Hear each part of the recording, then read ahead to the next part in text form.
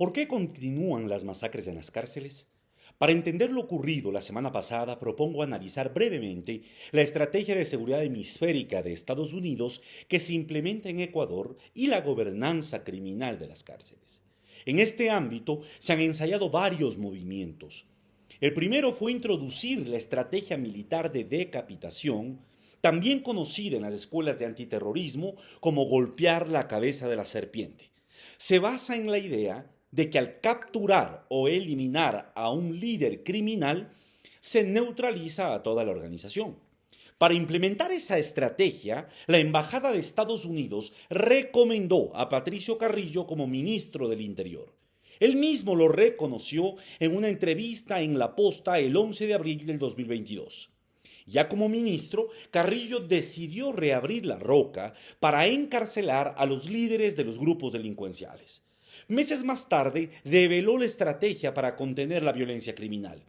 En una entrevista del 19 de agosto de 2022, ante la pregunta de cuál era la estrategia de la policía y del Estado, el ministro Carrillo contestó: nosotros vamos a continuar con esto porque llegará un momento en que esto tiene que autorregularse.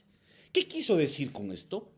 Él mismo lo detalló meses después. En otra entrevista del 29 de mayo del 2023, Carrillo, ya como candidato a asambleísta, nuevamente señaló que hay que buscar un mecanismo de autorregulación y añadió que los choneros fueron un grupo hegemónico que logró contener la violencia, sugiriendo que si vuelven a ser hegemónicos, la violencia criminal existiría, pero ya no sería tan visible. En definitiva, la estrategia de seguridad tutelada por Estados Unidos siempre ha sido devolverle hegemonía a los choneros como mecanismo de autorregulación de la violencia criminal. Es decir, una paz mafiosa en que el Estado tolera que los choneros trafiquen a cambio de que pacifiquen las cárceles y las calles.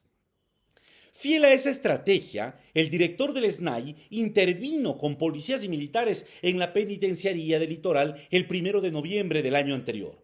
Trasladó a más de 600 privados de libertad de las pandillas rivales de los choneros hacia otros centros carcelarios y volvió a garantizarles predominio. Lo anterior también explica por qué el mando policial y gubernamental toleró esta nueva masacre en la penitenciaría, porque de otra manera no lograrían devolver la hegemonía a los choneros en el sistema carcelario. Y esto muestra también por qué era necesario deshacerse de Leandro Norero, asesinado en la cárcel de Cotopaxi en octubre del 2022, financista de los Lobos. Apenas terminó la masacre, la versión de la Policía Nacional fue que la causa de la masacre habría sido una ruptura entre los Lobos y los Tigrones. Sin embargo, fue el líder de los choneros quien llamó a la paz mafiosa la noche del 25 de julio, escoltado por un oficial de la Policía Nacional. Así se confirma una vez más que las fuerzas de seguridad del Estado no son neutrales frente al crimen organizado, que la militarización de la seguridad pública no busca vencer a los criminales, sino allanar el camino para una paz mafiosa, y que Estados Unidos está moviendo sus fichas para que el próximo presidente esté alineado con sus intereses por las buenas o por las malas.